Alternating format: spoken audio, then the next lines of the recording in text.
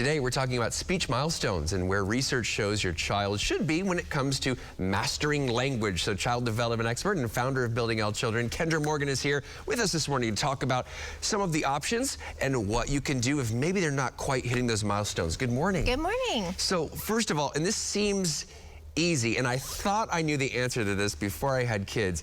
How do children learn language? They learn it by hearing it. So you have to talk and communicate throughout the day all the time to them. They will only learn what they hear. So you've got to communicate with them all the time. Because children aren't really starting to read until, right, they're like 4 and 5. So yeah. It's how you talk to them too. Correct. Yeah, no, it's them hearing language all the time, all day long. And they have to hear it. They have to kind of learn to process it. They're going to understand way more than they can communicate. So keep communicating to them. I wanted to start with some of the letters because you put together this beautiful graphic and it was so great and so much information. I split it into like 3 pieces. So here's graphic number 1. What are we seeing here? 2 years old in the yellow, 3 years old in the bluish. Yeah, so these are just some of the sounds that they start to produce. And when they are communicating, they have to make the appropriate sounds so that we understand them.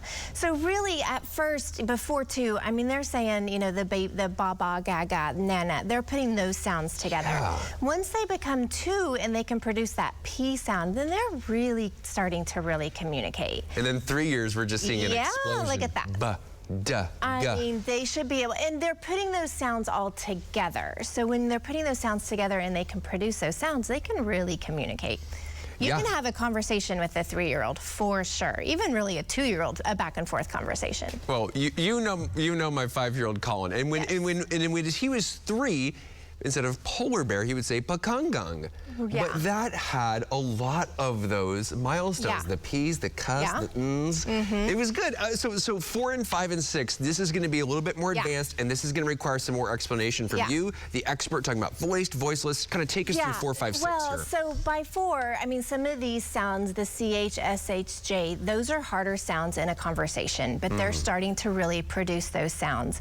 5-year-olds really should start producing, especially the end of 5 should really have their R sound. The R, the ZH, those are later sounds in language. But really, if you're missing some of even the 3-year-old sounds when you have conversations, they're hard to understand.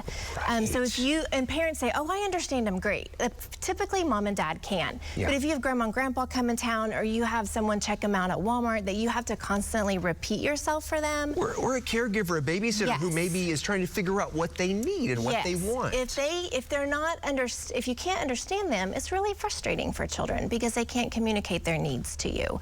So that's where you need to watch, is when they're having trouble communicating back and forth. And then the TH voiced versus the TH voiceless.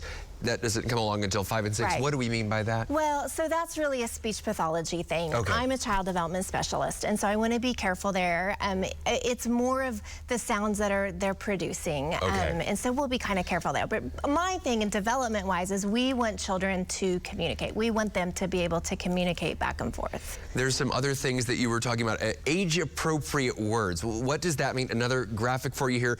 What are we seeing on age-appropriate words? So I think the big thing is, as a caregiver that's looking at this might start to panic because you're thinking a 3-year-old can say 500 words. An average typical development of a 3-year-old, they should have a lot of words.